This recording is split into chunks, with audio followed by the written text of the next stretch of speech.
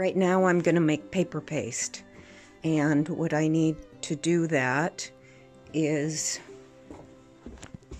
4 cups toilet paper, 4 cups joint compound, 4 cups glue, 4 cups cornstarch, 1.5 cups mineral oil, 4 cups flour, and 3 cups more of flour in order to make it the thickness that I want it to be. Maybe I will use only 2 cups of that if it's already pretty thick. And so what I do is I have everything measured out here. This is a pretty big batch. We're going to blend it with the drill blender. And I have already measured out my 4 cups of glue and my 4 cups of joint compound. And then I'm going to take this toilet paper off and put it in the water.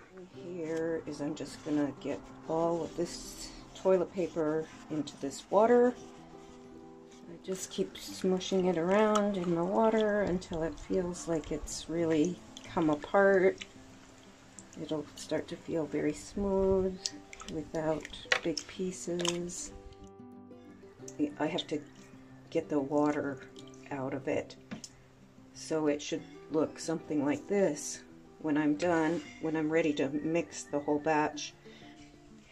Jonni at Ultimate Paper Mache will teach you how to do this in your kitchen with a home-style blender with bread beaters on it.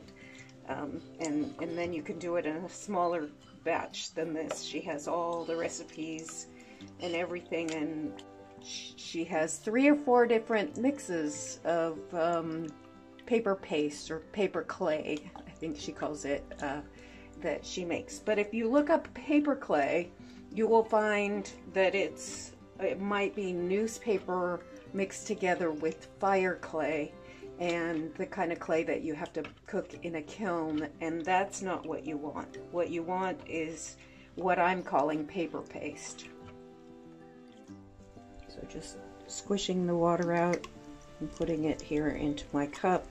If you do this a few times, you'll figure out the way that you want to do it, what works for you. This is what works for me. Jonni, I think in some of her videos, actually measures the amount of paper before she puts it into the water, and then she makes a very good calculation of exactly how much paper is in the mix each time. This is the way that I do it. For me, it's close enough each time.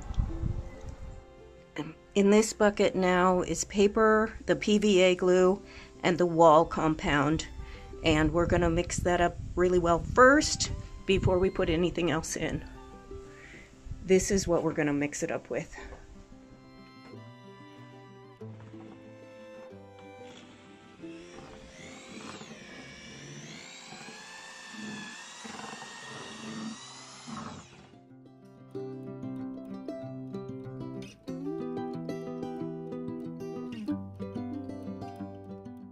And now this is what it looks like, and when I grab a handful of it, it comes together really super nicely.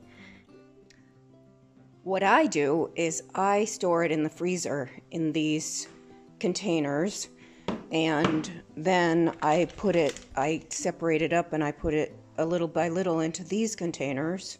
This kind of paper paste actually lasts pretty well and for a couple 2-3 days without being refrigerated, but I like to keep it that way. And then what I do also next when I use it is I paint the area with glue where I want it to be, and I take a little bit and I put it on either with my fingers or with a tool and build it up that way. And you can, with a tool, and sometimes even with your fingers, you can get it actually really quite smooth. And this is all PVA glue. That's paper paste.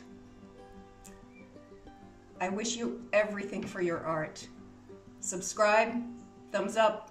Thank you.